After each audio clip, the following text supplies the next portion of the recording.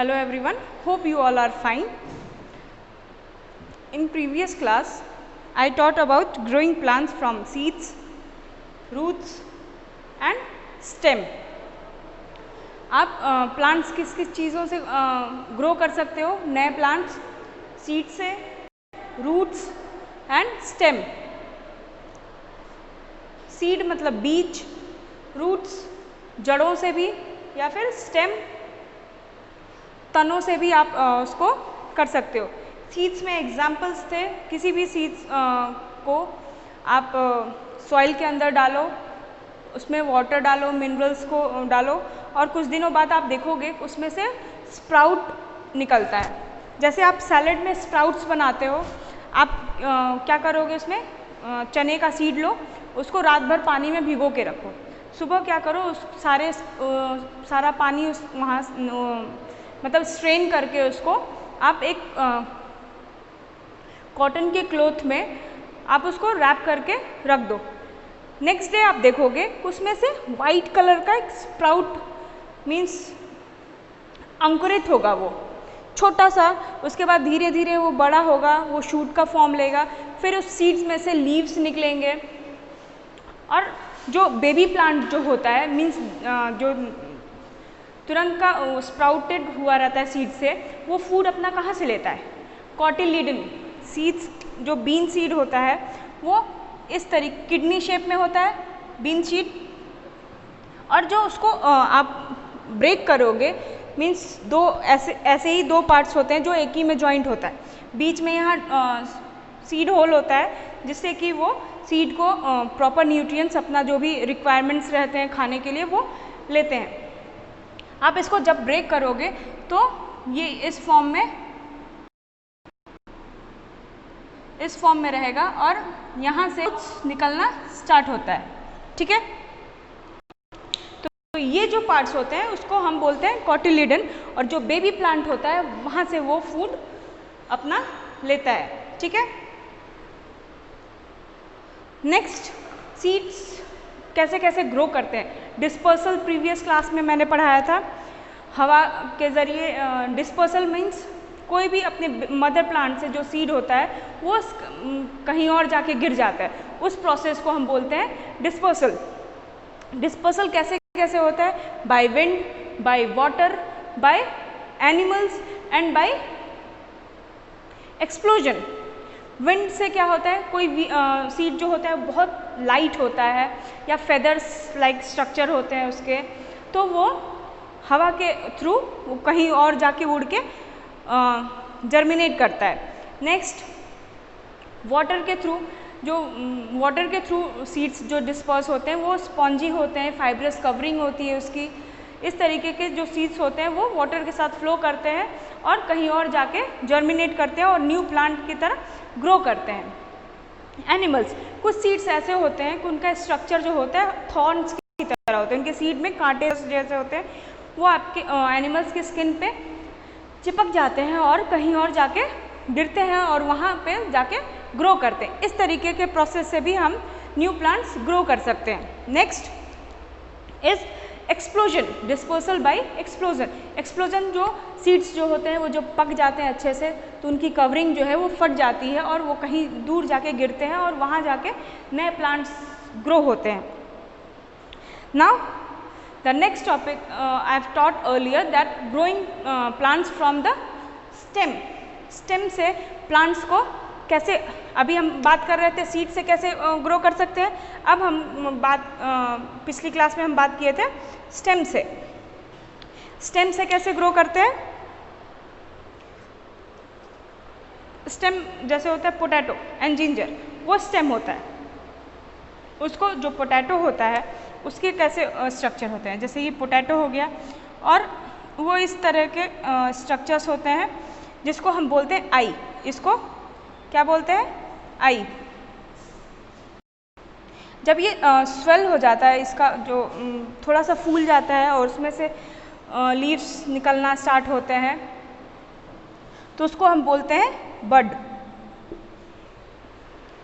तो इसको आप जब पोटैटो को हाफ कट करके जब आप सॉइल में डालोगे और कुछ दिनों बाद देखोगे कि उसमें से स्प्राउट बाहर निकल रहा है और लीव्स के स्ट्रक्चर में धीरे धीरे वो एक प्लांट की तरह हो जाता है।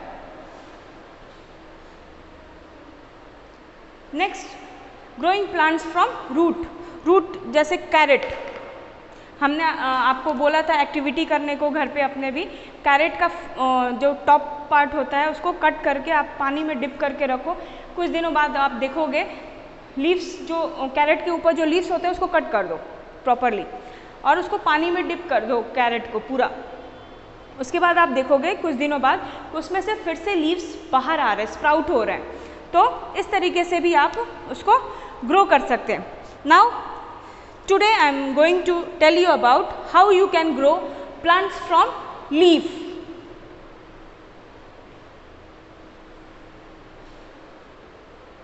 लीव्स के थ्रू आप प्लांट्स को कैसे ग्रो कर सकते हो। The Bryophyllum leaf has many buds on its margins. Bryophyllum का जो लीफ होता है, जो पानी में होता है, उसके इस तरीके से कुछ स्ट्रक्चर्स होते हैं लीफ पे, ठीक है। इस मार्जिन पे उसका बड होता है। इससे आप क्या करते हो, new plants arises from these birds when the birds fall on the moist soil. इसमें जो बर्ड्स होते हैं इसके मार्जिन्स पे, वो क्या होते हैं, वो कहीं और सॉइल पे गिर जाते हैं और फिर वहाँ एक नया प्लांट ग्रो करता है। New plants can grow from leaves. Bryophyllum के लीफ से ही आप नया प्लांट्स ग्रो कर सकते हो, क्योंकि उसके जो लीफ स्ट्रक्चर होता है, एज जो होते हैं, वो वहाँ पे सीड्स पाए जाते हैं और वो वहाँ से गिर के मिट्टी में गिरते हैं जब, तो नया प्लांट ग्रो करता है। Next topic is agriculture.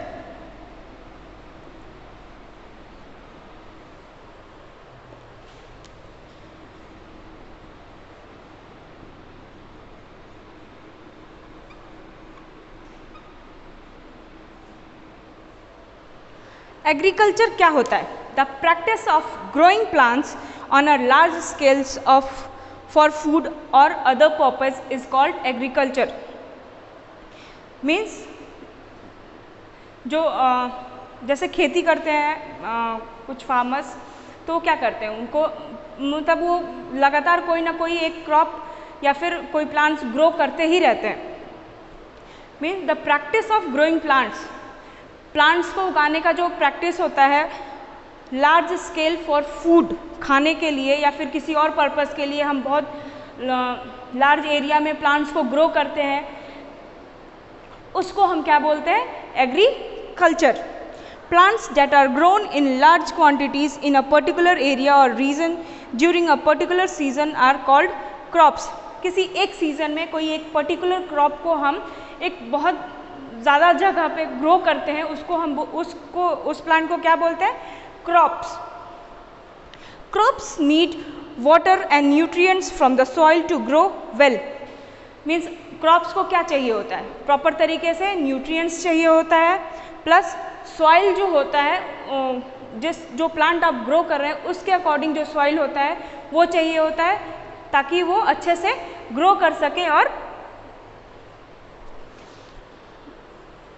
Means उनको प्रॉपर तरीके से न्यूट्रिशन मिल सके उस सॉइल से। They get nutrients from manures and fertilisers. Crops में आप देखते हो फार्मर्स जब खेती करता है, मे बी सबने 50 of you all can see that farmers जब किसान खेती करता है तो उसमें क्या क्या डालता है? फर्टिलाइजर्स एंड मैन्योर्स भी यूज़ करता है, खाद वगैरह डालते हैं ना, ताकि प्लांट्स में कीड़े ना लगें, उसको प्रॉपर तरीके से ग्रो करने में हेल्प कर सके। Fertilizers are specific in their action and provide one or more particular nutrients. Fertilizers जो होते हैं वो एक स्पेसिफिक अपना काम करता है, वो कुछ एक ज़्यादा न्यूट्रिएंट्स तो नहीं, बट जो प्लांट्स को ज़रूरत होता है वो न्यूट्रिएंट वो फर्टिलाइजर्स के थ्रू क्रॉप्स को मिलता है और उनको ग्रो करने में हेल्प करता है। Whereas manures generally improve soil fertility by increasing humus content. Manure क्या करता है? सॉइल का जो ह्यूमस कंटेंट होता है उसको बनाए रखने के लिए मैन्योर को ऐड किया जाता है, वो सॉइल को फर्टिलाइज करने में हेल्प करता है और फर्टिलाइजर्स जो हैं क्रॉप्स को एक प्रॉपर न्यूट्रिएंट, पर्टिकुलर न्यूट्रिएंट्स जो होता है वो प्रोवाइड करता है। There is a difference, fertilisers और मैन्योर में यही डिफरेंस है कि फर्टिलाइजर्स क्रॉप्स को प्रॉपर न्यूट्रिएंट्स पर्टिकुलर न्यूट्रिएंट्स देता है एंड मैन्योर जो होता है वो सॉइल को न्यूट्रिएंट्स देता है ताकि वो सॉइल का जो ह्यूमस है वो बना रहे।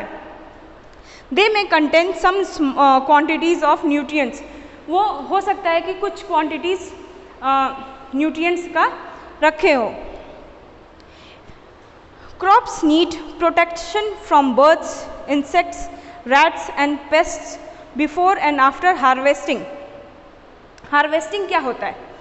Cutting and gathering of ripen crops, जो क्रॉप्स जो होते हैं जब वो पक जाते हैं उसको कट किया जाता है, उस प्रोसेस को हम बोलते हैं harvesting. This is it for today. In next class, I am going to tell you about scarecrows and etc. I hope you all are studying and please like the video and subscribe also.